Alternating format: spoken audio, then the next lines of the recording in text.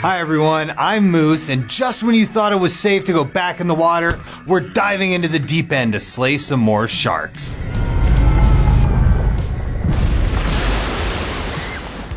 Sharks are deadlier than most cinematic slashers combined, and they just so happen to be real, which is why these silent killers are so satisfying in survival horror movies like 47 Meters Down Uncaged. The sequel to 2017's claustrophobic chiller is coming to theaters August 16th, sending 4 swimmers on a terrifying trek through a ruined underwater city, surrounded by sharks and running out of air. So we've partnered with 47 Meters Down Uncaged to seek out some surefire methods to help you survive a shark movie.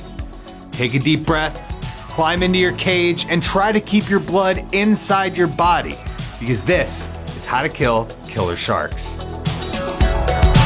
Now, we are not going to cover Sharknadoes here because, well, they're a whole nother can of worms, worthy of their own How to Kill episode, and unless you've got access to lightsaber chainsaws, time travel, and a nuclear-powered cyborg Tara Reid, you're pretty much screwed.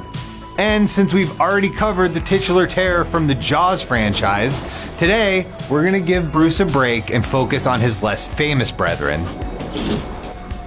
Spielberg's seminal classic didn't just give birth to the modern blockbuster, it also inspired an entire school of imitators, many of which took a cue from Jaws and disposed of their deadly sharks with explosions. And of course, we just thought, like everyone else, that these stupid sharks will bite anything. Let's start with The Last Shark, aka Great White, aka L'Ultimo Squalo.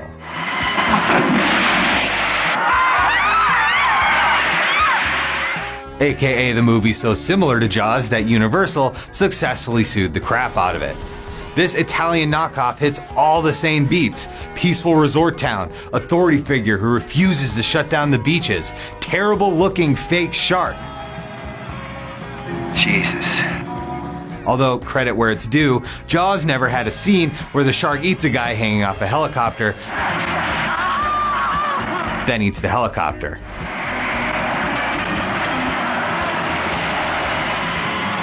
That wouldn't happen until Jaws 2. As for the explosive finale, where our hero feeds his dead friend to the fish and detonates the explosives attached to the body, I'm a big fan. Look, I am a proud organ donor, but if my body can't provide life-saving transplants for people in need, then you better believe my second choice is strapping my corpse with explosives and blowing up a shark with it.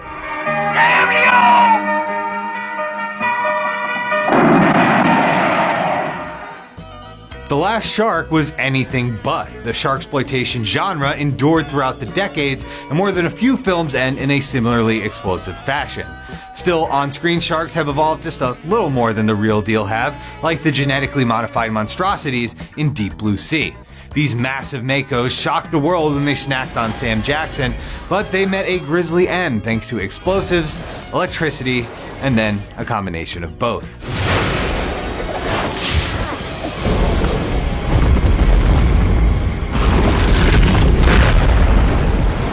Blowing up the beast is a surefire way to slay a shark, but if you don't want to risk playing with dynamite when you're on the open seas, you could always turn it into a frozen fish stick. Sharks are utterly deadly in their aquatic element, but unless you're in a Junji Ito comic, you're pretty safe on dry land. That is, until some brain genius slams some genes together and creates a human-shark hybrid that can walk on 2 legs.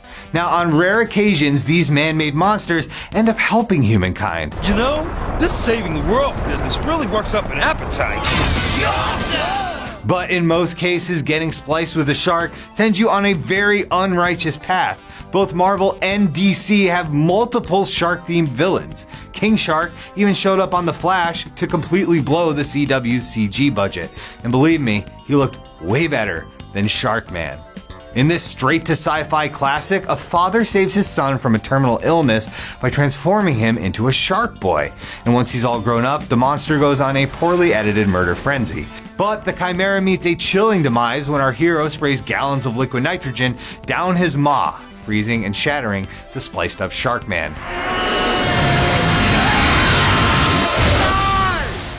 Now, mutant shark people are pretty scary, but they're not something you should really worry about. The next time you head to the beach, just make sure you pack your shark repellent. As we all know, the Dark Knight does not have any superpowers in the traditional sense, but Batman is prepared for every eventuality. That's why the Caped Crusader always keeps a few cans of oceanic repellent spray handy in the Batcopter. After all, you never know when a shark stuffed with dynamite is gonna latch onto your leg. My leg! The wobbly rubber menace brushes off the Batman's devastating blows, but when Robin passes him the official shark repellent bat spray, the fish falls and then blows up for good measure. This scene is the first thing people point to when talking about how campy and unrealistic the 66 Batman series was, but the shark repellent actually exists. I don't know. Today, you could purchase your very own Anti-Shark 100 spray, and reviews are kind of mixed as to how well it works. So if you find yourself facing against, say, an ancient megalodon, I would advise against testing it in the field, because your best bet to kill it is to make this thing bleed.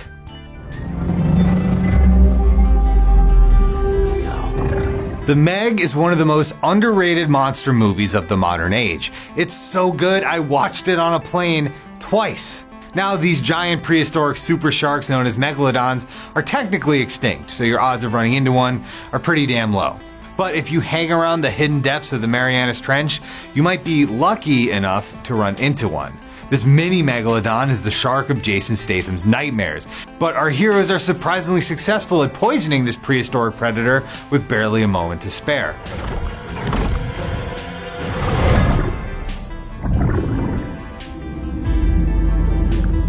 Which brings us to the biggest shock in the movie.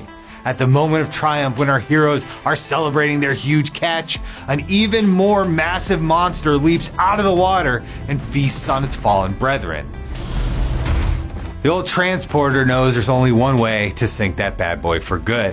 He carves open its gullet with his cute little submersible, then as the mortally wounded Meg leaps above the waves, he plunges a spear through its eye, crunching through the cerebral cortex. Now there is a lot of blood inside of that bad boy, which prove irresistible to the Meg's more minuscule modern descendants, who proceed to chow down. Now look, I realize you're probably not going to be an expert undersea rescue person guy like Jason Statham, and if you're trapped on a rock or drifting out to sea, you're gonna have to improvise. In The Shallows, when surfer Blake Lively finds herself stranded on a rock with a massive chunk taken out of her leg, My leg! she's stuck with little more than her surfboard and some jewelry to stave off the shark that stalks her. But as the high tide threatens her hiding spot, she makes a desperate move for a nearby buoy. But as the buoy sinks, she straps onto a chain and plummets down to the depths below with the shark in hot pursuit. At the last second, she jukes, snapping that shark's ankles if it had ankles, and the great white's momentum impales it on a pile of rebar.